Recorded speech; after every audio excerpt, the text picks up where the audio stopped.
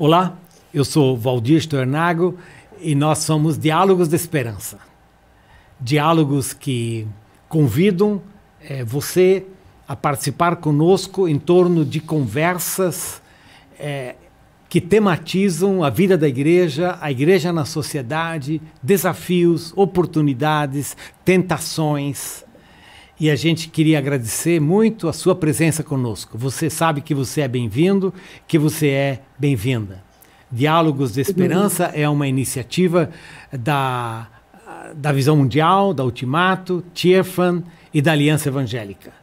E nós cremos que, ao fazermos isso juntos, queremos transmitir também para a igreja e para a nossa sociedade um testemunho de uma caminhada conjunta. Nessa temporada específica, nós estamos falando sobre a vocação da igreja na realidade, no mundo no qual nós vivemos. A igreja brasileira, nesse contexto brasileiro atual. No primeiro episódio, nós afirmamos e queremos afirmar de novo que, como um ponto de partida, a igreja é de Deus. Deus cria a sua igreja, Deus sopra o seu sopro, Deus renova a sua igreja, Deus sustenta a sua igreja. Nós afirmamos que a igreja ela é simultaneamente divina e humana, não é? A igreja ela é sagrada e ela é histórica. A igreja, é um mistério de Deus, é um presente de Deus.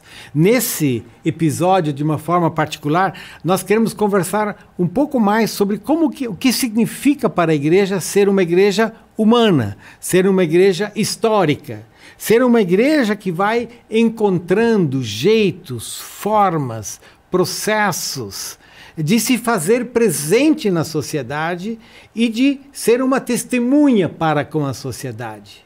A igreja sempre é testemunha para um lado ou para o outro. Qual é a vocação da igreja para ser testemunha na realidade hoje?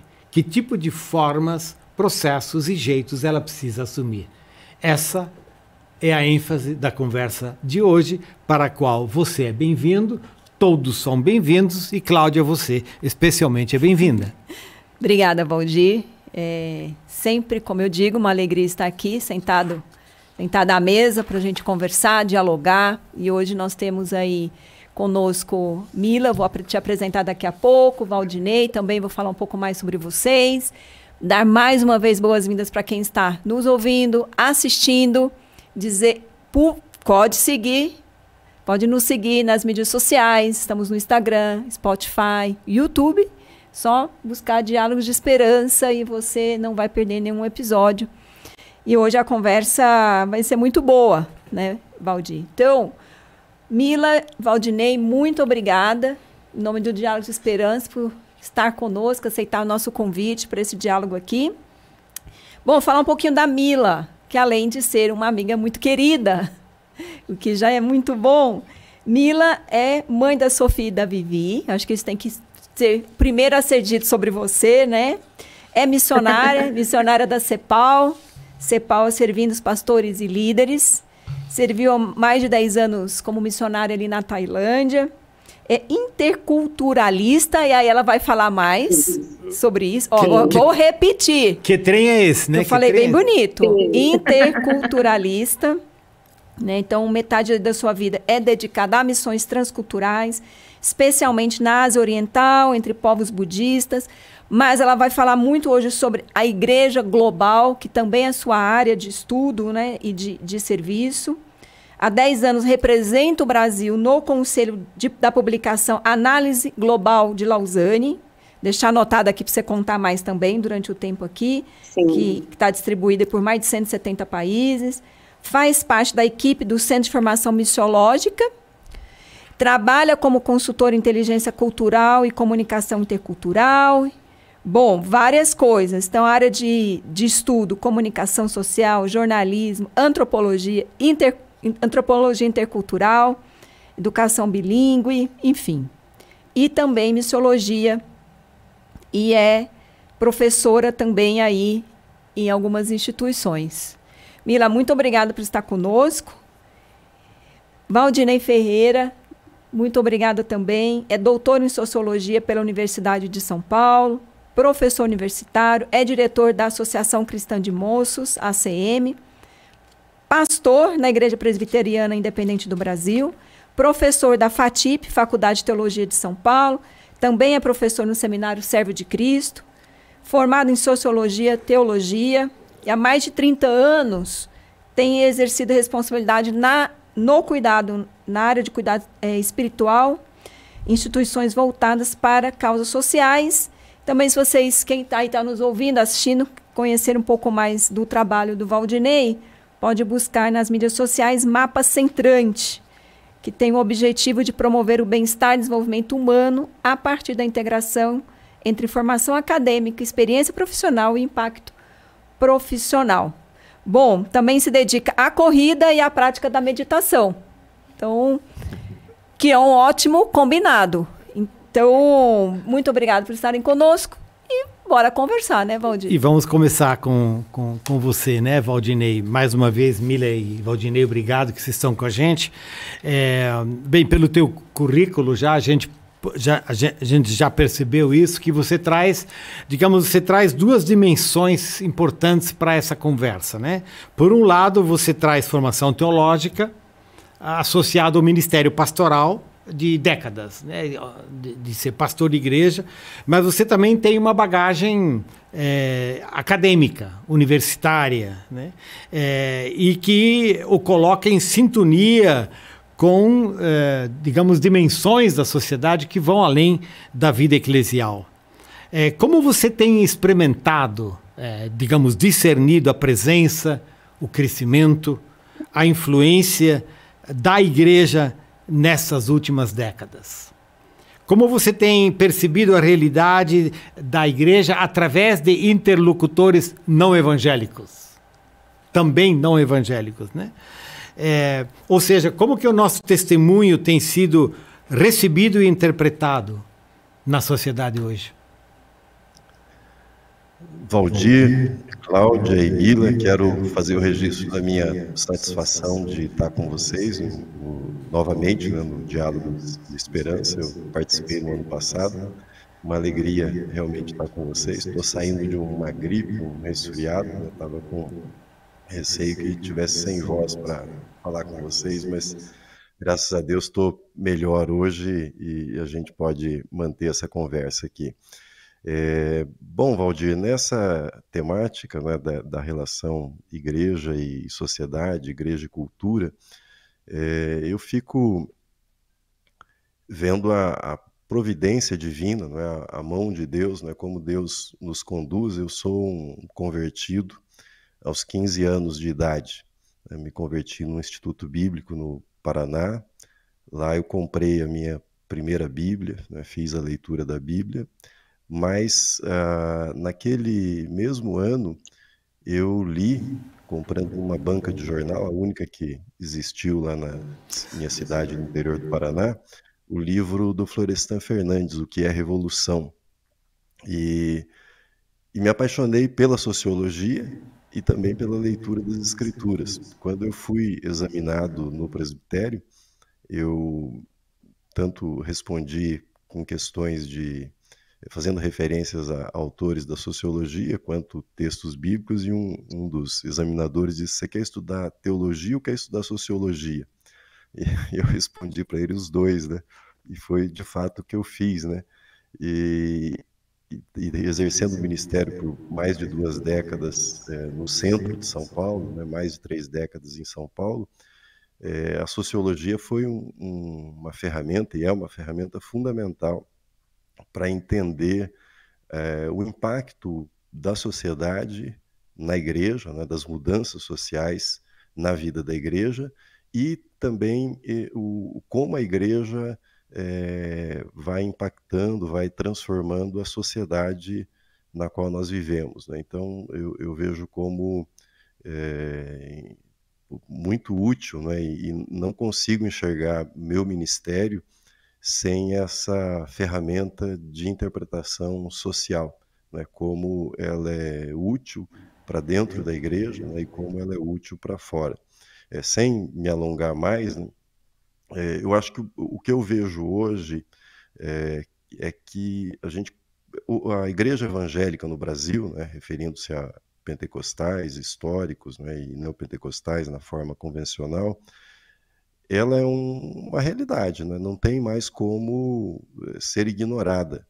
E acho que o episódio das Olimpíadas evidencia bem isso, né? De repente, os medalhistas brasileiros todos faziam referências a Deus, não é? Glorificando a Deus, e aí havia dificuldade de parte da sociedade de entender, a dificuldade também de parte da igreja de se comunicar com a sociedade, mas é uma realidade que não tem como ser ignorada hoje, né? Ela está presente em todos os setores, mas a gente pode conversar mais sobre isso. O grande desafio para mim, e é o que eu me sinto chamado a fazer, é ajudar a igreja a falar, não é, de uma forma que aqueles que são de fora entendam, e ao mesmo tempo tornar a igreja consciente das influências da cultura e da sociedade que nem sempre ela compreende, né? E muitas vezes dos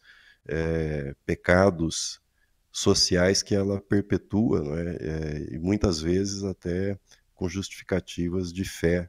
Então eu me coloco nesse lugar, né? Tanto de falar para dentro da igreja, né? Quanto também ajudar a traduzir a igreja para fora, né? Para o mundo mais amplo. Eu estou dizendo, é uma realidade, né? É uma realidade. E aí, Mila, a gente estava conversando um pouco antes, né, do seu foco, da sua experiência em trabalhar com a igreja global. Até seria interessante você colocar uma definição, o que é a igreja global, né? Podia nos ajudar a fazer um comparativo, um paralelo, vamos dizer, entre igreja global e essa igreja brasileira. Como você tem também, acho que um pouco a mesma pergunta que o Valdir fez para o Valdinei, a presença, o crescimento, a influência da igreja nessas últimas décadas, né? Então, igreja global, igreja brasileira e esse caminhar da igreja nas últimas décadas. Olá, Cláudia. Olá, Valdir. Prazer, Valdinei. Olá a todos que estão nos assistindo, né? É uma alegria participar aqui com vocês. Faz 1 ano e meio que eu voltei ao Brasil. E o meu olhar, mesmo eu sendo brasileira, é de quem está de fora também. Porque eu fiquei nesses últimos 20 anos, o Valdinei falou que ele tem uma experiência pastoral de 2 décadas, e eu tenho uma experiência de missionária transcultural também de 2 décadas. E nessas 2 décadas eu morei uma temporada no Brasil, mas eu também morei em 6 países, nos 5 continentes. E aí, em contextos onde, como a Europa, eu morei na Inglaterra, né, onde a igreja já está presente há muito tempo, mas hoje enfrentando um secularismo muito grande. Mas eu também morei em contextos onde tem muito pioneirismo, né? Morei em regiões da Índia, da Ásia Oriental, onde a igreja está na sua primeira geração. E o Brasil.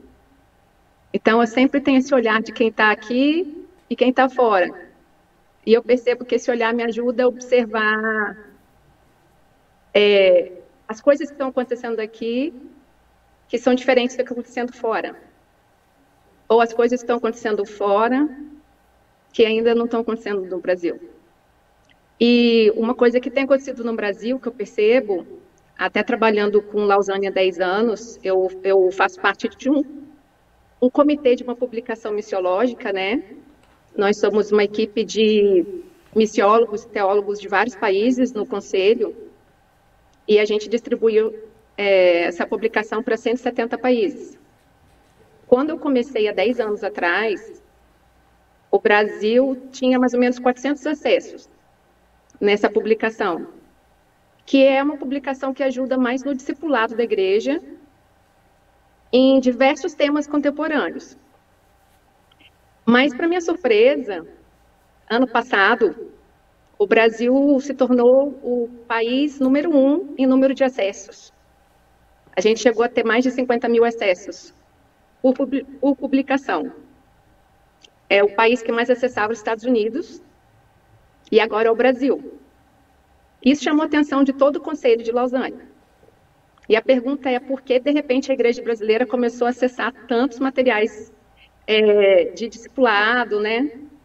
E uma resposta que a gente tem, assim, é que talvez a Igreja tenha também entrado, depois de um grande crescimento, no momento de amadurecimento, de começar a querer ter respostas para questões que a sociedade tem questionado a Igreja, e que a Igreja também precisa achar caminhos para discipular, né, a geração dela, para fazer diferença na sociedade de hoje, como nossa relação com a inteligência artificial, a nossa relação com cuidado com a criação, ou modelos mais contemporâneos de plantio de igreja, discipulado de nova geração, uma população que está cada vez mais envelhecendo, e qual vai ser a nossa relação como igreja com essa realidade.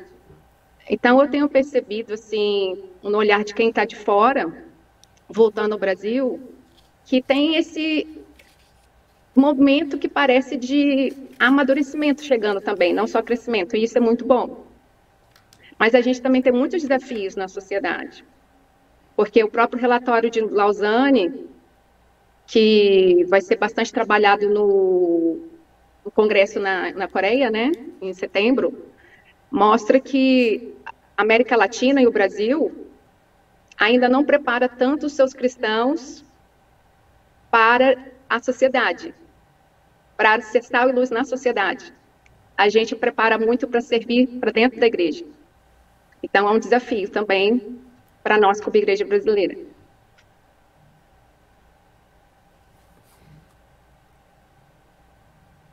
É isso? Desculpe, é que a gente... Posso continuar a falar? Não, tá bem, é que eu fiquei... Ficou parecendo que estava congelado. É isso, por um momento eu pensei que tinha caído a sua internet, mas a gente já volta para você, né? Eu acho que fazendo um link com você, Valdinei, né? Essa coisa de como que a gente aprende a servir. Foi uma das últimas coisas que você disse, né, Mira? Servir a Deus na nossa sociedade, né? Eu acho que você afirmou no início, nós somos uma realidade crescente, né? E também nós somos um mosaico, né, de diferentes caminhadas, experiências, tradições, né? Existe algum, digamos assim, existe algum caminho para o qual você gostaria de apontar, paradigma de importantes nessa vertente? Eu estou pensando, por exemplo, que tem um clássico, né, do Richard Niebuhr, Cristo e Cultura, né? O Richard Niebuhr diz, olha, se a gente olha para a história da igreja, a gente tem diferentes modelos de como a igreja se comporta na sociedade, né? Às vezes a gente vem de uma tradição onde Cristo está contra a cultura, né? Às vezes a gente vem de uma tradição do Cristo acima da cultura. Ele fala acho que são cinco modelos, né? Contra, a favor, né? Esses paradigmas, não sei, nos ajudam a entender o papel da Igreja Evangélica Brasileira. Qual é o papel que você vê que a gente está começando a desenhar na nossa sociedade? Ou ainda é muito cedo para isso? Eu queria partir, Valdir, da fala da Mila, né? Acho que as observações são muito interessantes. O fato das nossas igrejas serem igrejas missionárias, né, de terem nascido da ação missionária, né, e mesmo no caso do luteranismo, né, também com dificuldades de manutenção, ou seja, as igrejas missionárias não são igrejas estatais, né, são igrejas que precisam do fiel, né, contribuindo e tem muita dificuldade para manutenção.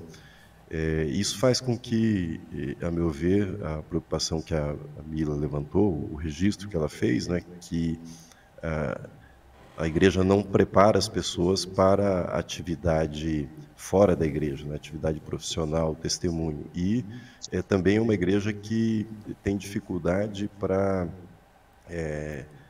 se envolver com instituições, com parcerias mais amplas, né? Então, isso são sinais de uma igreja nova, né? Uma igreja que tem uma pujança, que é vibrante, mas que tem dificuldades de dar o seu testemunho de uma forma mais consistente e transformadora na sociedade. Em termos de paradigmas, Valdir, o que eu vejo no Brasil, eu resumiria o seguinte: o grande desafio para nós hoje, à medida que a igreja cresce, né, e que a gente tem mais CEOs cristãos, mais políticos, né, tanto no executivo, no legislativo, mas gente também em postos no judiciário, em lugares de influência, a igreja fazer uma distinção, ou os membros da igreja, né, serem preparados para que eles saibam que uma coisa é o testemunho cristão quando você está numa posição de poder, numa posição de autoridade, e outra é quando você está numa posição de minoria, né, numa posição praticamente subalterna.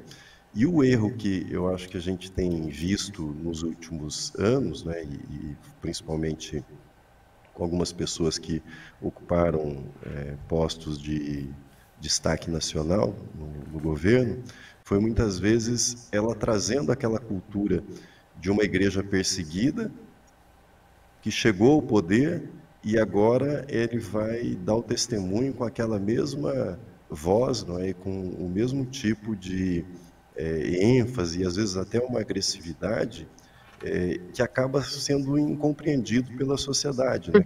Nós continuamos nos vendo como minoria, mas a sociedade já não vê mais como minoria, né? Vê como uma igreja que está ocupando todos os espaços, né? Então eu acho que esse é um desafio muito grande para a gente. Fé, cultura, poder. Valdinei. E aí, a partir do que você está nos contando, Mila, a gente sabemos que não existe só uma igreja, porque a gente se refere à igreja evangélica, mas não é uma só igreja. Neste caso, não estou me referindo ao corpo de Cristo, né? Estou dizendo em termos a igreja evangélica, uma instituição. E não existe também uma só tendência na relação entre a nossa vivência, fé e cultura. Posso até acrescentar aqui poder, né? Até a partir do que Valdinei estava comentando. Então, aqui eu vou fazer várias perguntas em uma, né? De qual tradição você vem? Primeiro, né? Em termos de fé e cultura. Como você avalia essa tradição, em que direção nós estamos caminhando? Mas também quero que você, a partir daí da sua lente da interculturalidade, que é uma área sua de estudo, né, de expertise, falasse sobre isso. Você tem a interculturalidade, igreja global, igreja brasileira, né? Então, pensar fé, cultura, poder, tradição, para que lado que nós estamos indo? Tá fácil a pergunta. Tá fácil. Vou tentar responder por partes. Se eu esquecer, você me lembra, por favor. E eu achei fantástica a resposta do Valdinei, quando ele falou desses éramos minoria, hoje somos maioria, e como a gente se enxerga, né? Porque isso tem a ver com a minha resposta. A minha tradição vem dentro da igreja protestante, na verdade, né? Com meu avô, que é descendente de suíços alemães, que foram reformados, que chegaram ao Brasil há pouco mais de 100 anos atrás.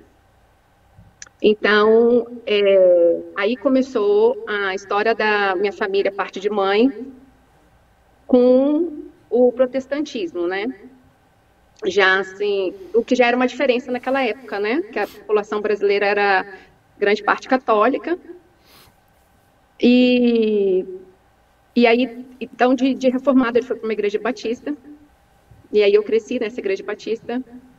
Depois fui para uma igreja independente. E sou presbiteriana. Voltei a ser reformada.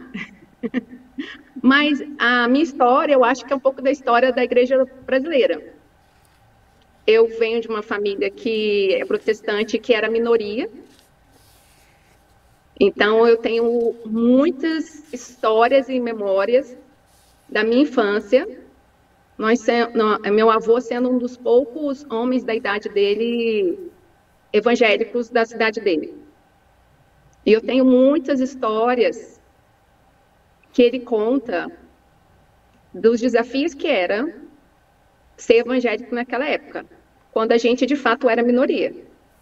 Eu lembro que nas escolas que eu estudei, quando criança, eu era uma das pouquíssimas evangélicas da sala. E sempre as pessoas me olhavam com um olhar meio esquisito, assim, né? Isso mudou. Então, assim, eu percebo que, de fato, nós somos maioria no Brasil. Eu percebo que, quando o Valdinei falou de ser minoria, eu também morei em muitos países, servi como missionária em países onde os cristãos são minoria, como a Tailândia. E o que me chama a atenção nesses lugares onde os cristãos são minoria é o compromisso que eles têm com o testemunho. Porque, por exemplo, na Tailândia, as igrejas precisam de um registro do governo para funcionarem, vamos supor. Então, assim, se tiver casos de corrupção, escândalo, essas coisas, a igreja não continua.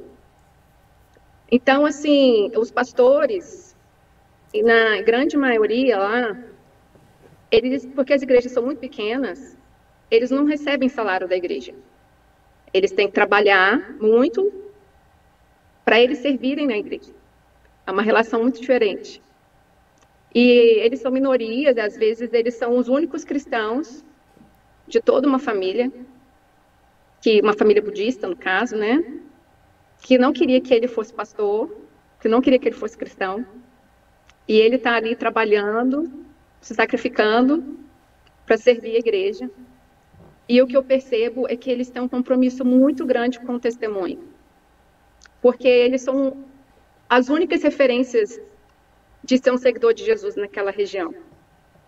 E a sensação que eu tenho toda vez que eu volto ao Brasil, e eu falo isso de uma forma assim, sem dados, tá? É uma impressão. É que como a gente hoje é a maioria,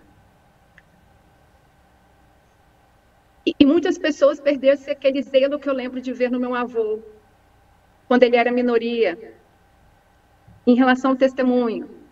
Parece que quando a gente vira maioria, lógico que nós temos muitos desafios hoje como igreja, né? E a gente tem uma representação da igreja hoje muito mais forte na sociedade do que antes. Mas também a gente acaba caindo em discussões que eu me pergunto se são realmente necessárias ou proveitosas para o avanço do reino, ou se estão glorificando a Jesus. E eu lembro muito das igrejas onde ser seguidor de Jesus custa a sua vida. E aí eu vejo um compromisso tão grande, assim, sabe? Isso é um exemplo mesmo. E eu vejo uma participação muito forte deles na sociedade. Porque como muitos não conseguem viver do ministério, eles estão na sociedade. Então, esses lugares na sociedade acabam se tornando também os lugares de testemunho deles. E só trazendo o discipulado aqui para a realidade da América Latina, e aí a Igreja Brasileira, dentro desse relatório de Lausanne, eles falam, assim, na parte de chamado discipulado, uma pergunta.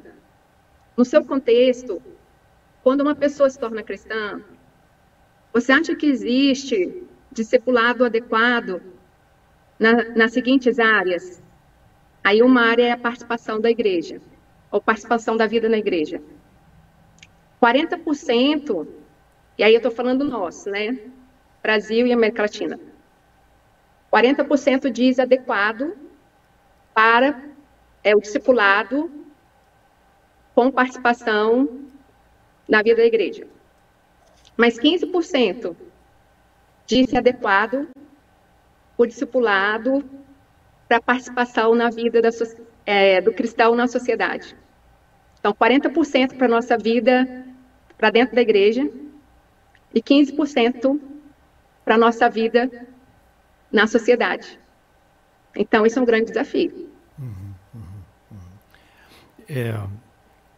Acho que isso né, coloca um pouco o percentual nessa questão de como que você enxerga, né, um pouco aquilo que você colocava antes, né, Valdinei, que era essa coisa de como que você capacita para dentro e você não capacita para fora.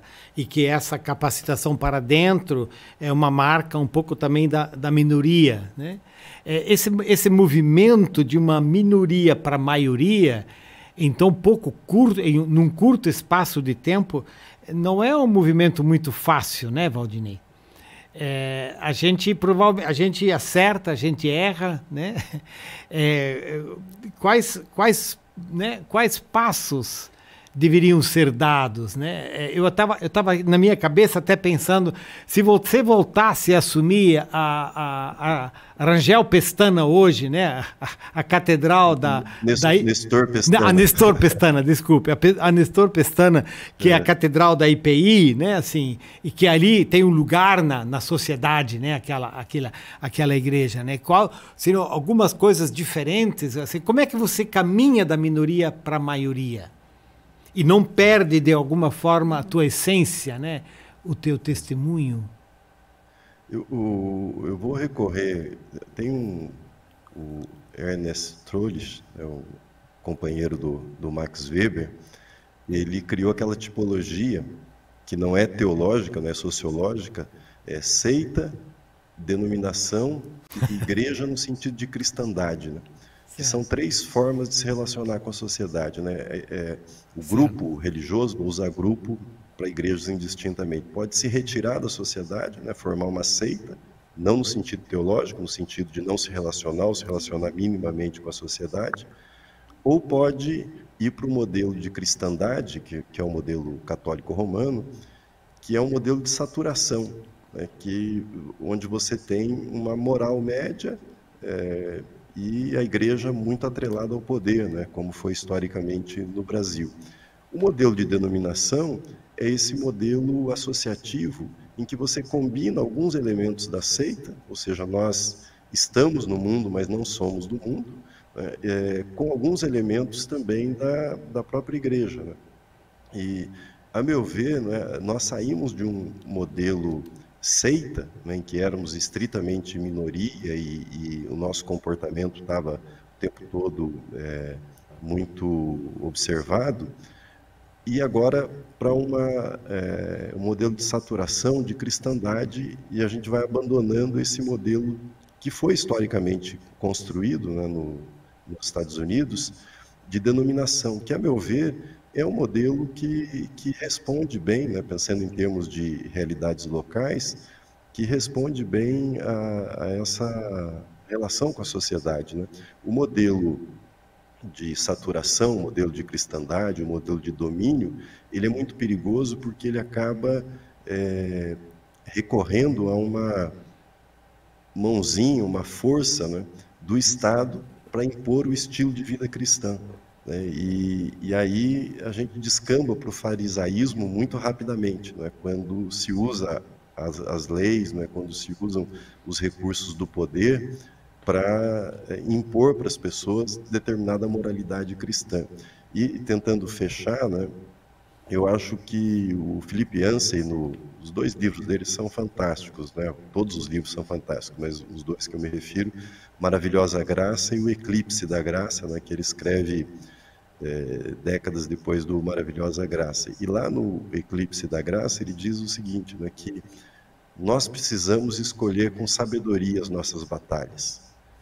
Eu acho que o cristão, ele nunca vai estar confortável, né? Vai ter sempre um grau de atrito entre o cristão e a sociedade. É impossível que o cristão esteja acomodado, confortável na sociedade. Algum grau de atrito haverá. Agora, à medida que nós amadurecemos, nós podemos escolher melhor as nossas batalhas. E o que eu vejo numa igreja jovem que é alçada a uma condição de grande representatividade na sociedade, é uma dificuldade muito grande de escolher suas batalhas, né? E às vezes lutando batalhas que não são suas, né? E que trazem prejuízo para a sua imagem, e mais do que prejuízo para a imagem, né? Que ferem as pessoas, né? Que machucam, que dividem o corpo, que afastam as pessoas da igreja, que dão mau testemunho, né? Que fecha a porta da igreja para outras pessoas, né? Então, eu acho que esse é o desafio, escolher bem as nossas batalhas. Quando, Mila, você estava falando antes sobre o grande número de acessos, né, de brasileiros na pesquisa, e você falou que era querer respostas, né, que tem a ver um pouco com isso que o Valdinei também estava falando, de como que a gente escolhe. Né?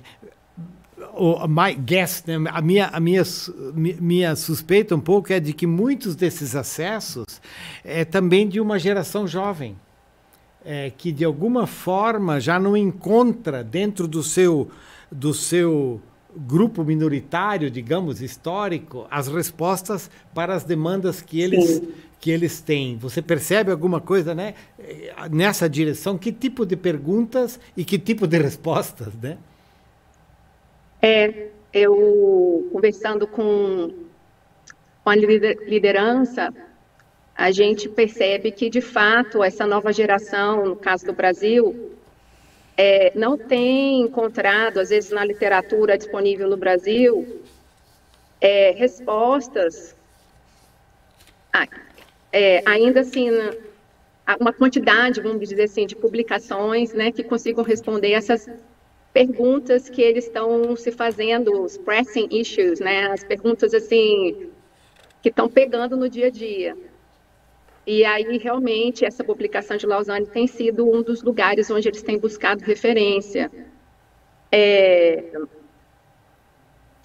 E é muito interessante porque são várias perguntas que a igreja global se faz e a igreja brasileira se faz.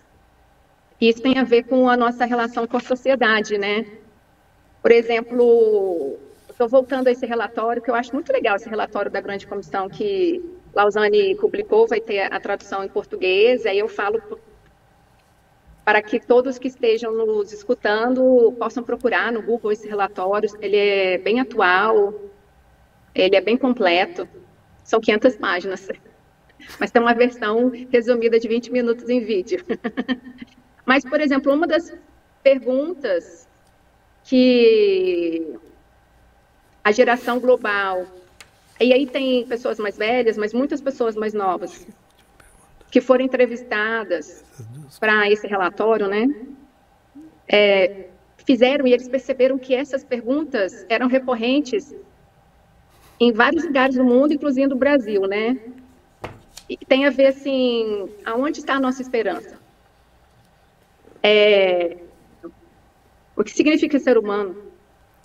O que é comunidade? O que é justo e verdadeiro? Como que é a ética na vida digital? Né? Então, sim, isso são algumas perguntas que têm tudo a ver com a nossa relação como igreja brasileira e a sociedade. Como que a gente está respondendo à sociedade, a origem da nossa esperança? Como a gente está testemunhando sobre o que é correto e verdadeiro, sobre o que é ser comunidade, sobre o que significa ser humano, né? E por aí vai. E aí vai ler as 500 páginas, né? 500, faz um estudo para o ano inteiro. Ou um vídeo de 20 minutos. Bom, a gente poderia ficar aqui conversando mais horas e horas e lendo também as 500 páginas juntos, mas pelo menos hoje precisamos ir caminhando para finalizar essa conversa aqui. Não que ela vá terminar, né? Mas só nesse momento a gente caminhar por um fecho aqui. E daria para falar muitas coisas, mas, Mila, a partir do que você está dizendo, Valdinei também falou um pouco sobre isso, né, das novas gerações, entendendo também que cada igreja no seu tempo, no seu espaço, no seu contexto, também tem ali, vamos dizer, essa sua especificidade, né? Vamos dizer assim. Que também é o nosso caso, pode ser o nosso caso. Então, que palavra inspirada aí, vocês, inspirada na palavra, obviamente, né? Que vocês podem deixar para a gente. E também, pensando nessa palavra inspirada, um legado para as próximas gerações. Essa geração que está fazendo essas perguntas. Então, até tem muita gente perguntando, mas que próxima geração é essa? Porque todas que vêm depois de mim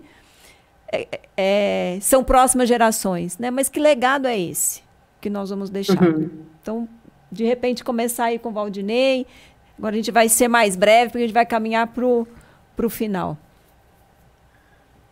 Vou tentar ser bem rápido, então. Eu deixei o pastorado da primeira igreja, né, da Catedral Evangélica, em final de 2022.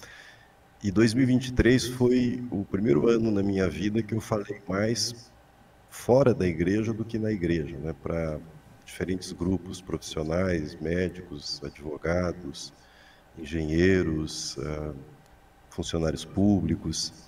E, na verdade, eu não falei tanto assim, né? Eu fui até eles para compartilhar sobre a meditação cristã, né? E ensinar a meditação.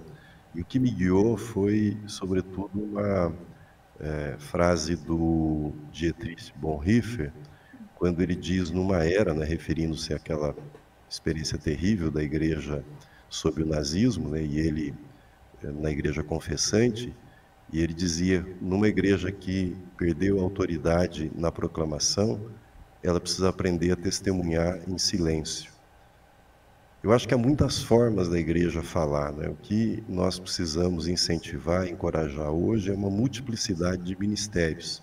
E nesse encorajar, preparar as pessoas, porque o espaço, né, o campo, ele é muito vasto, né, e as pessoas estão sedentas, né, mas eu vejo um espaço enorme, por exemplo, nesse mundo corporativo, as pessoas ouvindo budistas, hinduístas, que não estão enraizados, né, na nossa cultura brasileira, que é cristã, enquanto a gente tem pouquíssimas pessoas cristãs que fazem esse tipo de aventura, né, que eu tenho tentado fazer, de falar fora da igreja, né, mas usando categorias cristãs, né? Então, reconhecer a multiplicidade de ministérios, encorajar, né, uma igreja que fale menos dela e mais de Jesus, né, e fale de Jesus na multiforme graça de Jesus. Eu acho que esse é o grande desafio. Sim. Acho que eu e o Valdinei estamos muito em sintonia em muitas coisas. Que bom, né? Que bom. Impressionante. Para nós é bom. São as mesmas palavras. Bom, acho que uma palavra que me inspira, né? A palavra inspirada na palavra é ser uma voz e não ser um nome. E eu escutei essa palavra de um líder africano no congresso para jovens líderes há uns 10 anos atrás. E lógico que nós, jovens líderes, né, com grandes aspirações, né, naquela época, né, antes dos filhos, no meu caso, que os filhos vieram e mostraram um ritmo diferente na caminhada. Mas, de fato, no mundo cada vez mais narcisista, né? Materialista, onde a imagem é tão importante, né? Eu acho que a gente tem que aprender a morrer para nós mesmos, para que Cristo cresça. E a gente tem que se preocupar menos em ser um nome conhecido e ser uma voz que ecoa no deserto, para que Jesus seja conhecido. E essa caminhada, para mim, como a do Valdinei, ela está nos países que Deus me enviou, e agora, recentemente, de volta ao Brasil, eu faço parte de uma associação de profissionais na área de interculturalidade, né? que é interculturalidade? Vocês perguntaram várias vezes. É uma filha da antropologia, porque é quando a gente não deixa só de estudar uma cultura, mas é quando tem mais de uma cultura em contato. Então, interculturalidade, o foco é a integração, é a comunhão, é a gestão da diferença, e é a gente se aceitar. Mas, no caso, no meu pensamento cristão, eu entendo que nós temos pressupostos cristãos e não a ciência somente, né? Que me faz olhar para uma muçulmana que eu conheço no supermercado, como eu conheci aqui uma refugiada palestina há poucos dias, e eu faço olhar ela com amor, sabendo que ela foi uma criação de Deus, né? Uma pessoa amada pelo nosso Pai. Então, meu pressuposto da interculturalidade, de querer me relacionar com ela, também emana do Evangelho. E o legado que eu quero deixar é porque a igreja brasileira está cada vez mais posicionada no cenário global. Isso para dentro da igreja global, muito importante. Porque a gente tem enviado muitos missionários, somos uma das igrejas que mais envia missionários. A gente tem percebido que, quando a gente fala de formação teológica fora do Brasil, que a busca no Brasil tem crescido muito. Então, a gente vai ver para frente uma integração cada vez maior de vozes brasileiras no cenário global. Aí a gente está falando da nossa participação na sociedade. Dentro da interculturalidade, a gente estuda um modelo que chama de DABE, né? Diversidade, equidade, igualdade, inclusão e pertencimento. E que as empresas têm usado muito para crescer, para criar inovação. Mas quando eu olho a igreja global, a igreja de Cristo, eu vejo muito disso na igreja, porque a igreja de Cristo é o corpo mais global que existe. Aí, por exemplo, a gente fala muito sobre o movimento negro, mas a igreja de Cristo é o lugar onde tem maior participação de negros no mundo. Então, assim, o meu legado é de reconciliação dessa igreja brasileira presente no mundo, que precisa se integrar com diferentes gerações, com diferentes culturas, e eu quero ser usada por Deus para servir a igreja, para essa reconciliação, para que o reino avance e que Jesus seja conhecido. Seja eu na USP daqui a 2 semanas, ou eu na Tailândia. Amém. Que assim seja. Obrigado. Bom, gente, Valdinei, Mila, muito obrigada por estarem conosco. Uma alegria. E como eu disse, a gente poderia conversar muito mais horas, né? Agradecer também você que está ouvindo, que está nos assistindo. Novamente, pode nos seguir nas mídias sociais, Instagram, YouTube, Spotify. Um agradecimento especial aqui à Agência Tônica, que nos recebe no seu estúdio maravilhoso, lindo, e também a equipe da Agência Tônica, uma parceria que nos cede esse espaço. Um agradecimento especial sempre à nossa equipe que está aí nos bastidores, né, Valdir? A gente fica aqui mostrando a cara, mas eles que estão fazendo o trabalho nos bastidores, Lissander, Detone, Pedro e Esther, muito obrigada.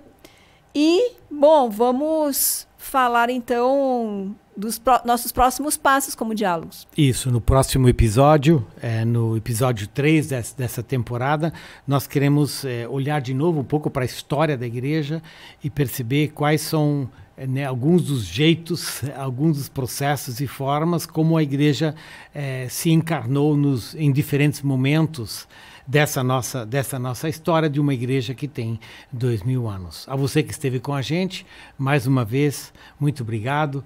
E a você que é participante, a você que está pela primeira vez. Volte a estar conosco para o episódio 3, em nome da Aliança, da Visão Mundial, Tearfund e Ultimato. Nós agradecemos a sua participação. Obrigado. Obrigada.